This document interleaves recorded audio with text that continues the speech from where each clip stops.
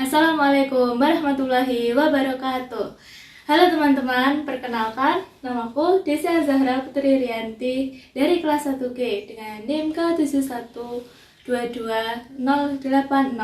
Di sini aku akan menjelaskan kepada kalian tentang visi, misi, dan fungsi pendidikan Pancasila.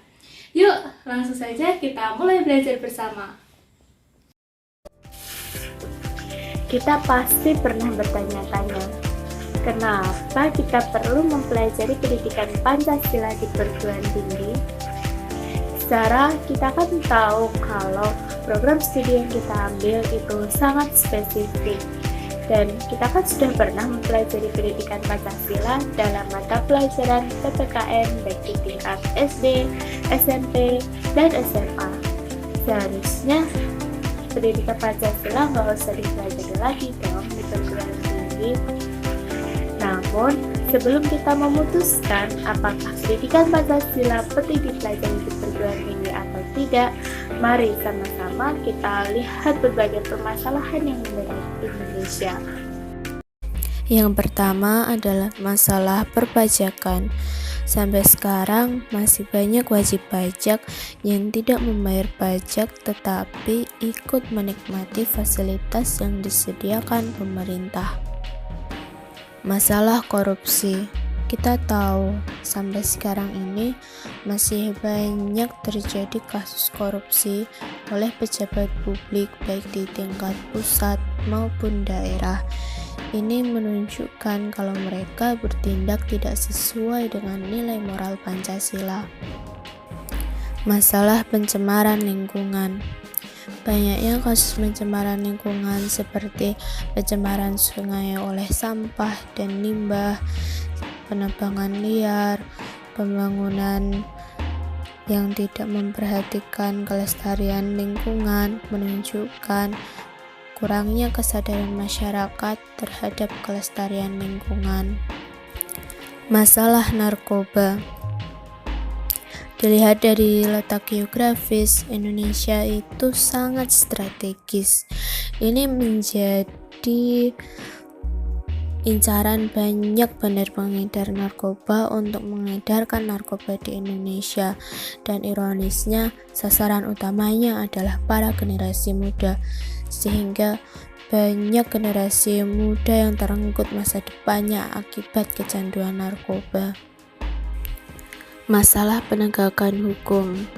Kurangnya kesadaran hukum dalam masyarakat pada para penegak hukum menyebabkan penegakan hukum di Indonesia masih berjalan dengan kurang baik.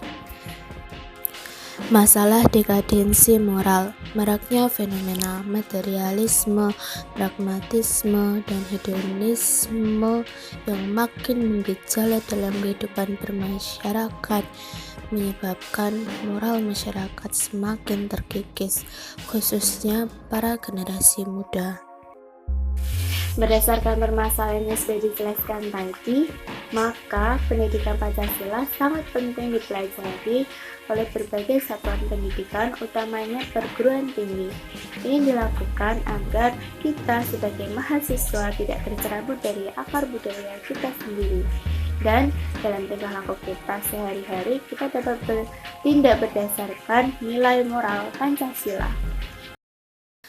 Visi, misi, dan fungsi pendidikan Pancasila.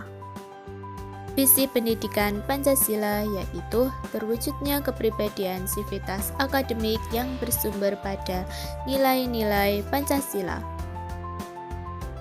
Sedangkan misi pendidikan Pancasila yaitu 1. Mengembangkan potensi akademik yang bersumber pada nilai-nilai Pancasila. 2. Menyiapkan peserta didik untuk hidup dan berkehidupan dalam masyarakat, bangsa, dan negara. Ini merupakan misi pedagogis. 3. Membangun budaya berPancasila sebagai salah satu determinan dalam kehidupan atau misi sosiokultural. Yang keempat, mengkaji dan mengembangkan pendidikan Pancasila sebagai sistem pengetahuan terintegrasi atau disiplin ilmu sintetik sebagai misi akademik. Selanjutnya, fungsi pendidikan Pancasila yaitu sebagai berikut. 1. memperkuat Pancasila sebagai dasar falsafah negara dan ideologi bangsa melalui revitalisasi nilai-nilai dasar Pancasila sebagai norma dasar kehidupan bermasyarakat, berbangsa, dan bernegara. 2. Agar mahasiswa dapat mengembangkan karakter manusia Pancasila dalam pemikiran, sikap, dan tindakan. 3. Memberikan pemahaman dan penghayatan atas jiwa dan nilai-nilai dasar Pancasila kepada mahasiswa sebagai warga negara Republik Indonesia, serta membimbing untuk dapat menerapkannya dalam kehidupan bermasyarakat, berbangsa, dan bernegara. 4. Mempersiapkan mahasiswa agar mampu menganalisis dan mencari solusi terhadap berbagai persoalan dalam kehidupan bermasyarakat, berbangsa, dan bernegara melalui sistem pemikiran yang berdasarkan nilai-nilai Pancasila dan Undang-Undang Dasar 1945. 5. Membentuk sikap mental mahasiswa yang mampu mengapresiasi nilai-nilai ketuhanan, kemanusiaan, kecintaan pada tanah air, dan kesatuan bangsa, serta penguatan masyarakat madani yang demokratis dan berkeadilan. Cukup sekian penjelasanku, semoga apa yang aku jelaskan bisa kalian pahami dan bermanfaat untuk kalian. Terima kasih sudah memperhatikan. Wassalamualaikum warahmatullahi wabarakatuh.